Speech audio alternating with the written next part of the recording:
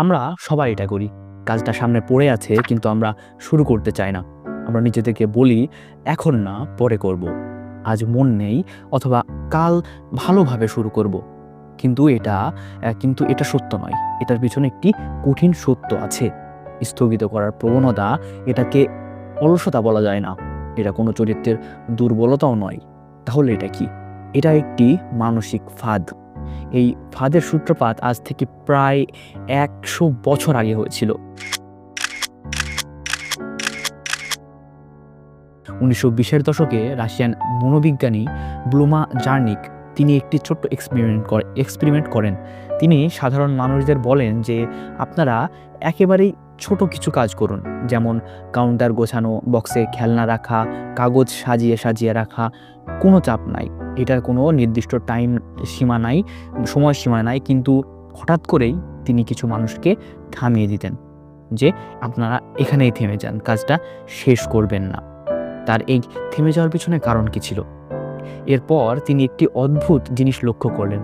যারা কাজ শেষ করে ফেলেছিল তারা কাজটাকে ভুলে গিয়েছিল, কিন্তু যারা কাজটাকে শেষ করতে পারেননি তাদের কাছে ঘটেছিল একটু ভিন্নতা। তাদের মাথার ভিতরে কাজটা বারে বারে ঘুরছিল, অসম্পূর্ণ কাজগুলো তাদের মনে আঠার মতো লেগেছিল।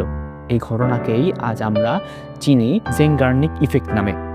কেন এমন হয়? কারণ আপনার মস্তিষ্ক গল্প ভালোবাসে, আর প্রতিটি কাজ আপনার মস্তিষ্কর কাছে একটা গল্প। যখন গল্পটা শেষ হয়, মস্তিষ্ক শান্ত হয়। কিন্তু গল্পটা যদি মাঝপথেই থেমে যায়, তাহলে তাহলে মস্তিষ্ক অস্থির হয়ে ওঠে। এটা বারবার বলে যে শেষটা কোথায়, কি হলো এরপর?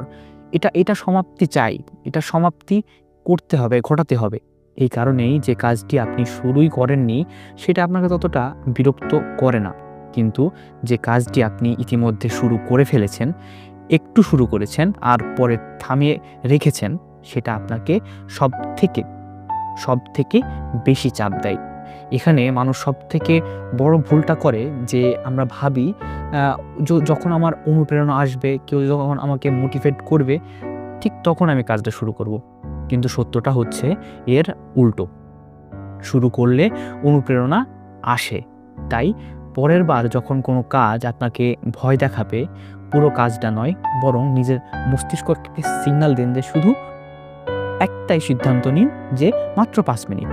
এই ৫ মিনিটে আপনি ডকুমেন্ট খুলুন, খাতা খুলুন, ভিডিও স্ক্রিপ্ট লিখুন, একটা লাইন অন্তত লিখুন, বাস, আর কিচ্ছু না। ব্যাস, এই ৫ মিনিটেই আপনার মস্তিষ্ক একটি সংকেত দেন গল্পটা শুরু হয়েছে। আর একবার গল্প শুরু হলে মস্তিষ্ক আপনাকে একা ছেড়ে দেয় না।